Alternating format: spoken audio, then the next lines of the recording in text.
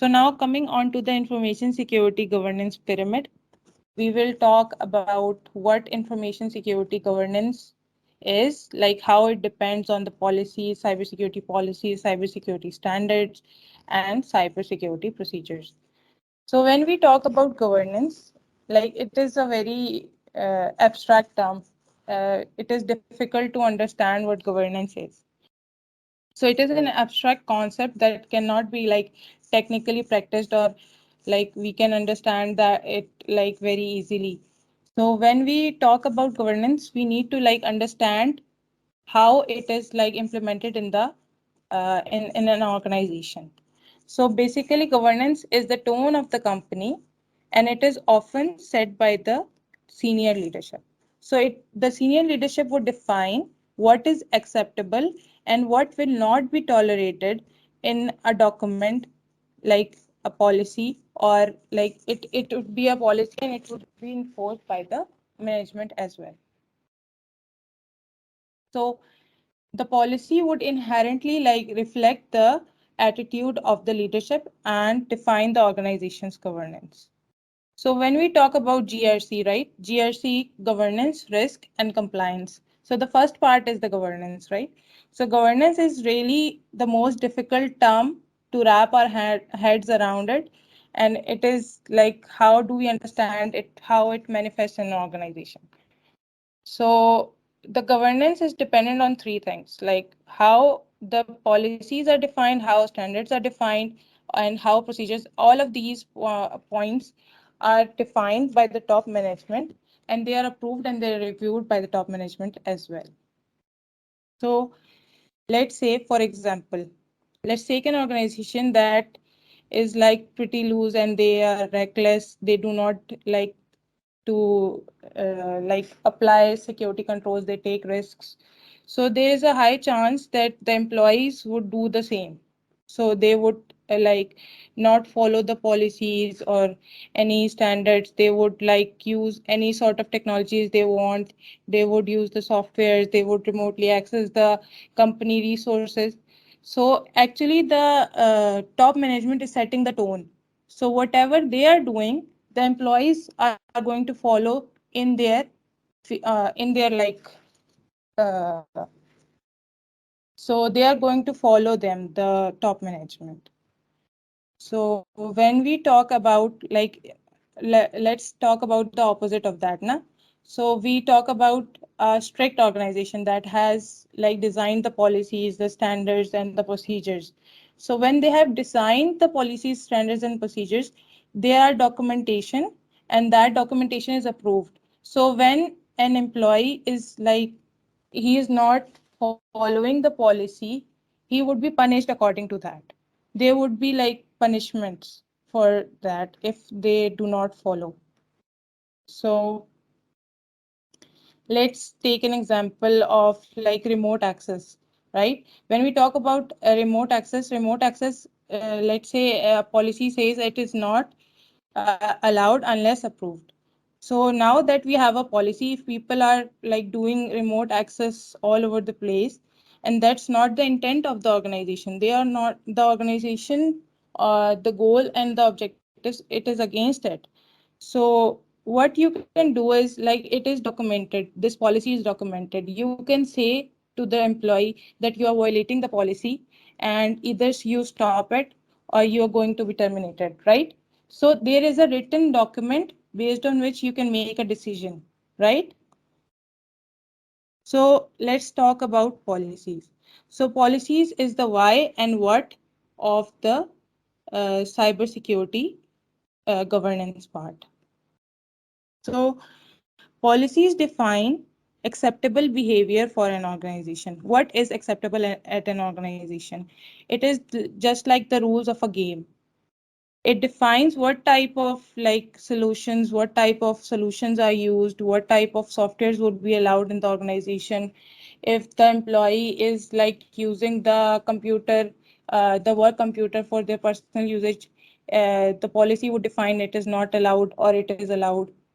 So policy is very important because without it, if they do not have a policy, the users are left to assume whatever the rules are, right? They would assume like by themselves what the rules are. So the policy is going to dictate what the expected behavior is from an employee in the organization.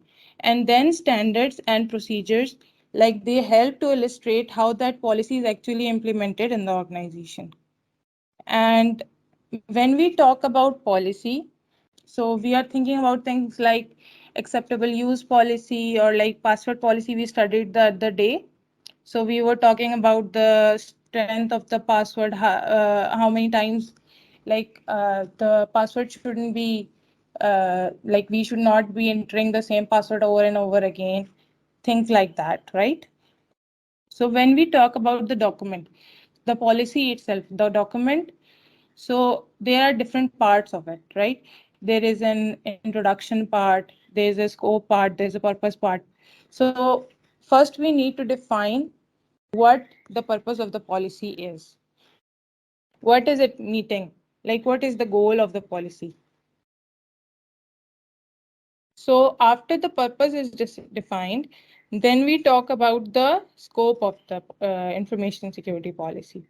So we talk about the scope. Scope is what like it defines the like the people or the departments on which the policy applies, or the resources. Let's say it is like the scope could be like the policy applies on the all of the hardware that exists in an organization, or it could say that it applies to the HR department or it applies to the IT department.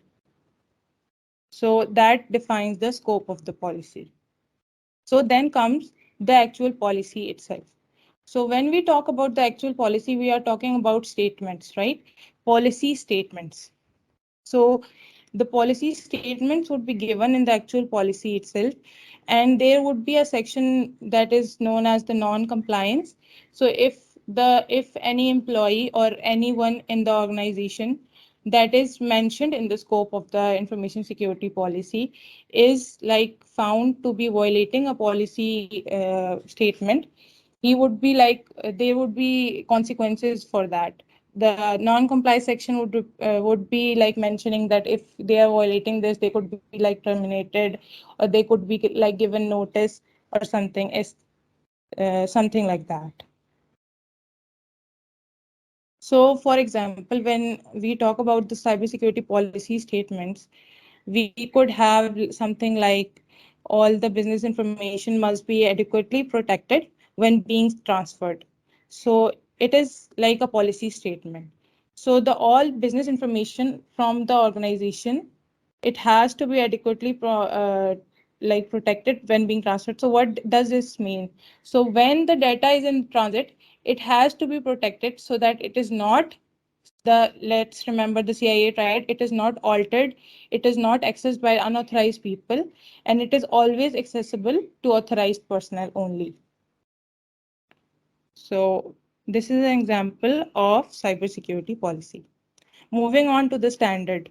So standard define what is the best, like the best uh,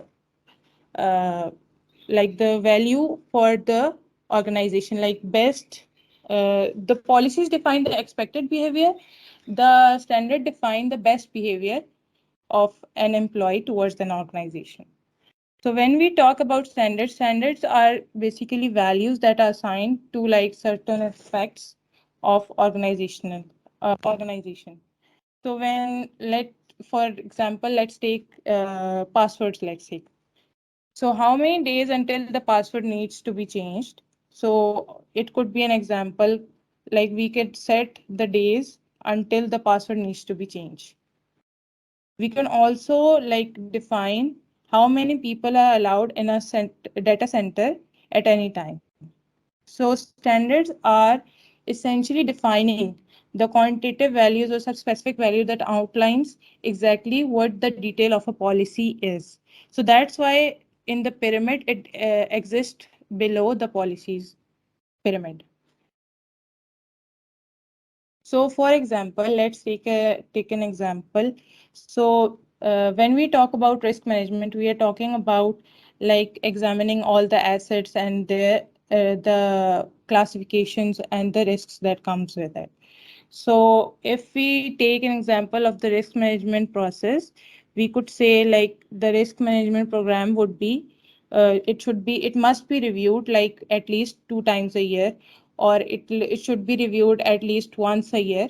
So this is a standard. So we are defining how frequently the information security risk management process would be carried out. Coming on to the procedures.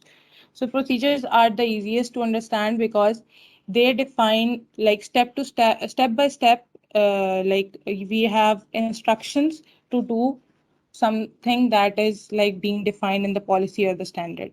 So let's talk about, let's take an example of an employee onboarding. So when we talk about employee onboarding, so the employee has been recruited, so he has to like go through some procedures. He has to go through like background checks. Let's say when he will come to the organization, he will have an orientation. He will be like taught how to like behave in the organization. So the steps that are required for the onboarding are given in the cybersecurity procedures, right? So in this, like in the whole pyramid, what we studied was information security governance is basically made of cybersecurity policies, cybersecurity standards, and procedures. So when we talk about uh, the governance part, we are talking about the top management. So they are like setting the tone of the organization, just to like review what we have learned. So moving on. So what is the like goal of governance? So we want to like guarantee appropriate information security actions are being performed for risk reduction. And we also want to ensure that the direction of the information security investments and is aligned with the organization goals as well. We have to like ensure that the executive management, they have the visibility, they are overseeing the information security program that is being developed by the cybersecurity department or the CISO himself, and they are asking the right questions to ensure the effectiveness.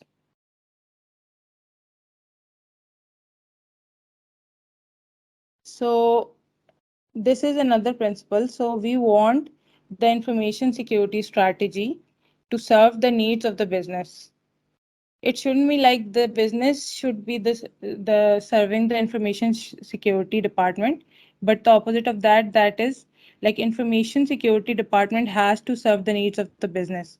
So if the business needs like uh like a remote access solution or something like an encryption solution, so the information security department should be able to serve the business. It shouldn't be the other way around.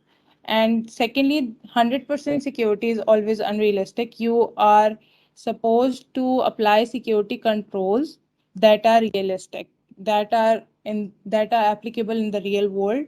You cannot say that our organization is 100% secure. Obviously, nothing is 100% secure. There are vulnerabilities discovered every day. So there are one day events that happen, and they like uh, 0 day vulnerabilities are discovered every day. So because of that, we can never say that our organization is 100% secure. So when we talk about the security controls, we are talking about the risk appetite of the organization, and we are also doing the cost benefit analysis. So risk appetite of the organization is like how much risk the organization can bear. So it would be dependent on the risk appetite of the organization. What kind of security controls would be applied? And it would also depend on the cost benefit analysis. So you have to see what is the cost of the control. We actually talked about this before as well. And we also have to we also have to like ensure that the benefit is also being like given to the organization as well. So when we talk about information security professionals or like the consultants, we are talking about like we need to understand the business. We need to understand what the business is trying to accomplish. We need to understand the mission of the organization and the processes that support the organization, especially the critical processes that the organization needs to survive for uh, for the the organization needs to survive. We also need to understand uh, the management decisions. Like the management takes decisions, and we need to understand those decisions to like further the information security strategy and the goals. So when we talk about like security roles and responsibilities, the success of the information security strategy, it depends on clearly defined roles and responsibilities within the enterprise. So we will look at some of these key roles in the information security department and what their duties are related to the information security strategy. Starting with the board of directors. So the board of directors, they are there to set the overall direction of the organization. They're there to like they need to be aware of the information assets and what risks are there for those information assets. They also need to they need to be provided with high level results of risk assessments and business impact analysis. And the information security department and the IT department, they need to take care of the key assets and they need to exercise due care while handling those assets. With the direction that is provided by the board of directors, senior management is responsible for ensuring that the needed organizational functions, resources, and supported infrastructure are available and properly utilized. So, leadership and ongoing support are critical to the success of information security program. Next, we are going to talk about the steering committee. So, steering committee is actually like overseeing the whole information security program. They are going to decide on the project initiatives. They are going to prioritize the information security efforts, and they also review and recommend the policies that are being created by the cybersecurity department. They also conduct reviews and audits of the security program. They also recommend areas that require investment. Coming on to the CISO, or the Chief Information Security Officer. The CISO is they are responsible for developing and implementing an information security program. So the information security program would include the policies, the standards, the procedures. Those are designed to protect the organization, communication systems and assets from both internal and external threats. The CISO is also responsible for developing security metrics, and he also monitors and optimizes the use of security resources. He provides consultancy and guidance for the information security department, and he leads the security education and awareness program that is conducted by the organization. Coming on to the end users, those are the employees of the organization. They are responsible for using and protecting information assets on a daily basis by adhering to the security policies. And they are often the front line in reporting security incidents. And again, they could be the weakest link because they have already crossed the physical and the technical security barriers. They are prone to social engineering, malware, and user errors. They also need training and awareness that is always conducted by the organization to make sure that uh, they are able to protect themselves against the social engineering, malware, and user errors. Coming on to the last role, that is the data custodian. So data custodian is someone who takes care of the information on behalf of the owners. So he administrates the access rights of the data, and he also ensures that the data is available to the employees or the end users. And he also ensures that the data is backed up to enable recovery.